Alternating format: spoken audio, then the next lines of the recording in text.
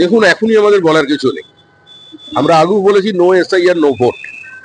আমাদের যে ফর্ম 7 বাজেয়াপ্ত করা হয়েছে বেআইনি ভাবে, পুলিশ যেগুলোকে তুলে নিয়ে গেছে, যেগুলোকে জ্বালিয়ে দেওয়া হয়েছে, যারা জমা দিতে পারেনি, অবরোধ করেছে তৃণমূল কংগ্রেস, সেই ফর্ম 7 কে জমা নিতে হবে। শুধু আমরা কেন, অন্য তৃণমূল কংগ্রেসেরও যদি কেউ ফর্ম 7 জমা দিয়ে থাকে সেটাও শুনানি করতে হবে। কিন্তু এখনো পর্যন্ত সে কাজ সম্পূর্ণ হয়নি। যতক্ষণ পর্যন্ত সে সম্পূর্ণ না হয় ততক্ষণ পর্যন্ত আমাদের বলার কিছু নেই। পশ্চিমবঙ্গের মানুষকে ত্রুটি মুক্ত, ভেজাল মুক্ত ভোটার লিস্ট উপহার দেওয়ার দায়িত্ব নির্বাচন কমিশনের। এটা তাদের দায়বদ্ধতা এবং আশা করি সেটা তারা পালন করবেন।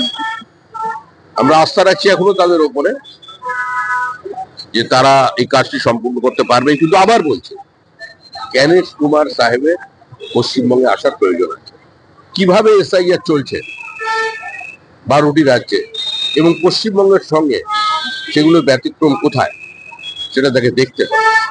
একটা সীমান্তবর্তী রাজ্য যার 2200 কিলোমিটারের বেশি আন্তর্জাতিক বর্ডার আছে, যেখানে 562 কিলোমিটারের উপরে কোনো ফেন্সিং নেই, যেখানে একটা সরকার প্রকাশ্যে অনুপ্রবেশকারীদের ভোটার লিস্টে নাম ঢোকায়, যেখানে যে রোহিঙ্গাদের আমন্ত্রণ জানানো হয়, সে রাজ্যের ভোটার লিস্টে কি হতে পারে সেটা দেখবার জন্য আমার মনে হয় জ্ঞানেশ কুমারজি তার পুরো টিম নিয়ে কলকাতায় আসে।